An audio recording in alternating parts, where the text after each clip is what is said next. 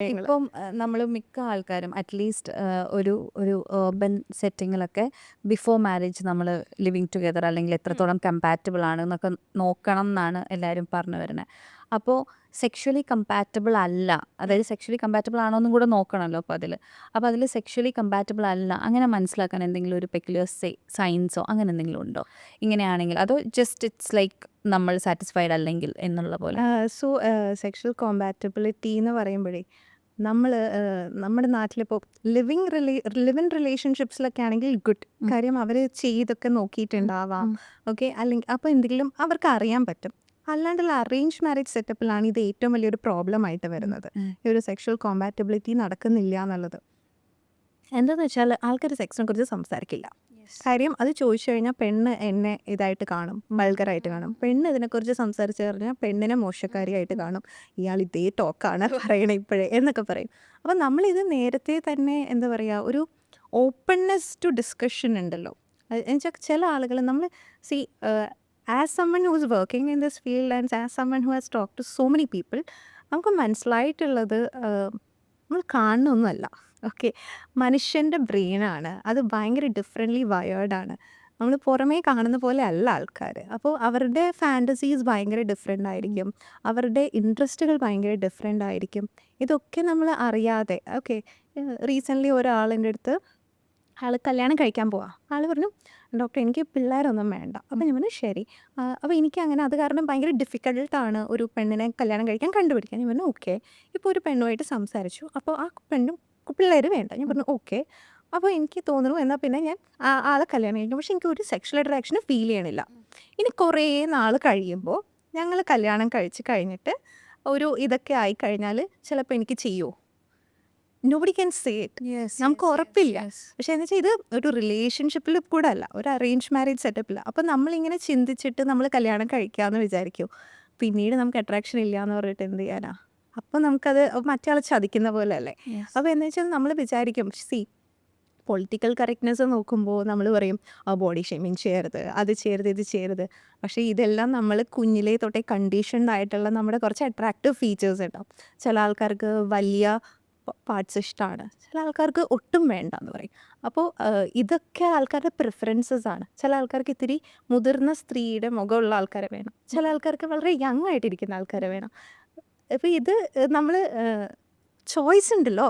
അപ്പോൾ റീസെൻ്റ്ലി എൻ്റെ അടുത്ത് ഒരു കുട്ടി വന്നിട്ട് പറഞ്ഞു, കുട്ടി എന്ന് പറഞ്ഞാൽ ഷീസ് ലൈക്ക് അറൗണ്ട് 24-25. ഉം. ഓക്കെ. അപ്പോൾ എൻ്റെ അടുത്ത് പറഞ്ഞു, ഡോക്ടർ എനിക്ക് ചെയ്യാൻ നേരത്ത് ഒട്ടും ഇത് വരുന്നില്ല, എനിക്ക് ഒർഗാസം ഫീൽ ചെയ്യുന്നില്ല, ആൻഡ് അവിടെ ഡ്രൈ ആയി പോവാ. ഞാൻ പറയാം എന്താ? അപ്പോൾ അറൗസൽ അങ്ങനെ ഇല്ല. എന്നിട്ട് പറയാം എനിക്ക് ആക്ച്വലി റീസൺ അറിയാം, എനിക്ക് ആപ്സ് ഉള്ള ആൾക്കാർ ഇഷ്ടമുള്ളൂ, എനിക്ക് ആപ്സ് ഉണ്ടെങ്കിൽ എനിക്ക് ഒരു അറൗസലും അട്രാക്ഷനും ഫീൽ ചെയ്യത്തുള്ളൂ എന്ന് പറയും. അപ്പോൾ ഞാൻ പറഞ്ഞു ഓക്കെ, അവനെന്താ? അപ്പോൾ ഞാൻ ചോദിച്ചു എന്തെങ്കിലും പെർട്ടിക്കുലർ റീസൺ ഉണ്ടോ? അപ്പോൾ പറഞ്ഞു ഞാൻ വർക്കൗട്ട് ചെയ്യും, എൻ്റെ ഫാമിലിയിലെ എല്ലാ ആണുങ്ങളും വർക്കൗട്ട് ചെയ്യും. ഞാൻ പറഞ്ഞു then why is it a problem? You just find a guy like.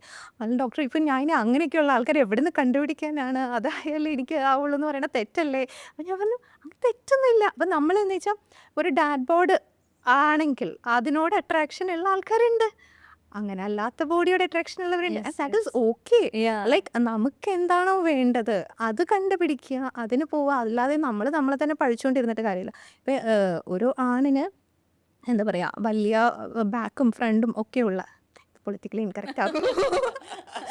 I think ഇച്ചിരി curvy ആയിട്ടുള്ള ആൾക്കാർ. സോ ചില ആണുങ്ങൾക്ക് ഇച്ചിരി കേർവി ആയിട്ടുള്ള ആൾക്കാരെ ആയിരിക്കും ഇഷ്ടമുള്ളത്. അപ്പോൾ അങ്ങനെയുള്ള ഒരാൾ ഒട്ടും കേർവി അല്ലാത്ത സ്കിന്നി ആയിട്ടുള്ള ഒരാളെ കല്യാണം കഴിച്ചിട്ട് ഈ സംഭവം മനസ്സിലിട്ട് ഇങ്ങനെ Yeah, I get, പ്രശ്നമായിക്കൊണ്ടിരിക്കും. I get. അത് കഴിഞ്ഞിട്ട് ഇവരിത് അന്വേഷിച്ച് പോകും. Yes. അപ്പോൾ അവർക്കത് ബുദ്ധിമുട്ടാവും. ഈ പറഞ്ഞ പോലെ ചിലപ്പോൾ ഏറ്റവും ദുഃഖകരമായിട്ടുള്ള കാര്യം എന്ന് പറഞ്ഞാൽ പ്രഗ്നൻസി കഴിയുമ്പോൾ physiological changes. Yeah, changes yeah, അല്ലേ yeah. സ്ത്രീകൾക്ക് വരും. ആ സമയത്ത് കുറേ ചീറ്റ് ചെയ്യണവരുണ്ട്. Mm. ബോഡി മാറി എന്നിട്ട് ചില ആൾക്കാർ വളരെ കുറ്റബോധത്തോടു കൂടി വന്നിട്ട് ചീറ്റൊന്നും ചെയ്യില്ല. പക്ഷെ പറയും ഡോക്ടർ എനിക്ക് അട്രാക്ഷൻ വരണില്ല, എന്ത് ചെയ്യും, എനിക്ക് ഈ ഫാറ്റായിട്ടുള്ള ബോഡിയോട് പറ്റണില്ല എന്ന് പറയും. പക്ഷെ എനിക്ക് എൻ്റെ ഭാര്യ ഭയങ്കര ഇഷ്ടമാണ്, എനിക്ക് ചീറ്റ് ചെയ്യണ്ട, എന്ത് ചെയ്യും? പിന്നെ നമ്മളിങ്ങനെ തെറപ്പിയൊക്കെ കൊടുത്ത് okay you look into other features like reconnect എന്നൊക്കെ പറഞ്ഞ് ട്രൈ ചെയ്യാൻ നോക്കും. It's sad but this is a reality like നമുക്കങ്ങനെ ചില ഇൻട്രസ്റ്റുകളുണ്ട്. അപ്പോൾ അതനുസരിച്ച് നോക്കുക എന്നുള്ളതാണ് കോമ്പാറ്റബിലിറ്റിക്ക്. മനസ്സിലായി. അതായത് ഫിസിക്കൽ അട്രാക്ഷൻ എന്നുള്ളത് നമ്മുടെ ലൈഫിലേക്ക് വരുന്ന ഒരാളെ ഫിസിക്കലി കൂടി അട്രാക്റ്റഡ് ആയിരിക്കണം എന്നുള്ളതാണ്. അതാണ് ഫസ്റ്റ് അല്ലേ, ഫസ്റ്റ് നമ്മൾ കമ്പാറ്റബിൾ ഒരു സെക്ഷൽ അട്രാക്ഷൻ നിങ്ങൾക്ക് തോന്നുന്നുണ്ടോ എന്നുള്ളതുണ്ട്. ചില ആൾക്കാർക്ക് അങ്ങനെ പ്രിഫറൻസ് ഒട്ടും ഇല്ലാത്ത ആൾക്കാർ എന്താണെങ്കിലും കുഴപ്പമൊന്നുമില്ല. പക്ഷെ അത് ഇതെല്ലാം നമ്മളെല്ലാം ഒരു സ്പെക്ട്രത്തിൽ കിടക്കുക. ഓരോ ആൾക്കാർ വളർന്നു വന്ന സാഹചര്യങ്ങൾ, കണ്ടു വളർന്ന കാര്യങ്ങൾ, ഇതെല്ലാം ഇതിൽ ഇൻഫ്ലുവൻസ്ഡ് ആവും. അപ്പോൾ നമുക്ക് ആ ഒരു തിങ് ഉണ്ടോ നോക്കുക. പിന്നെ ചില ആൾക്കാർക്ക് ഭയങ്കര ഫാൻറ്റസീസ് ഉണ്ടാവും.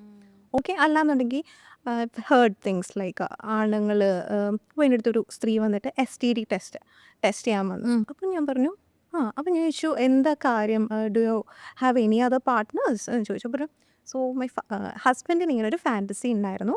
സോ അതായത് വേറെ ഒരാളുമായിട്ട് ഞാൻ ചെയ്യുന്നത് കാണണം.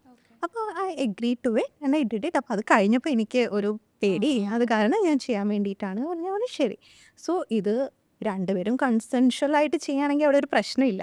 പക്ഷെ ഒരാൾക്ക് മാത്രം ഈ ഒരു ആഗ്രഹം വരുന്നു, മറ്റേ ആൾ ഒരിക്കലും ഓപ്പൺ ടു ഇറ്റ് അല്ല എന്ന് പറയുമ്പോൾ ചിലപ്പോൾ ഈ open relationship without one being open ആൾ അഫെയർ ആവുന്നത് അങ്ങനെ ആവുന്ന സിറ്റുവേഷൻസ് ഉണ്ടാവാറുണ്ട്.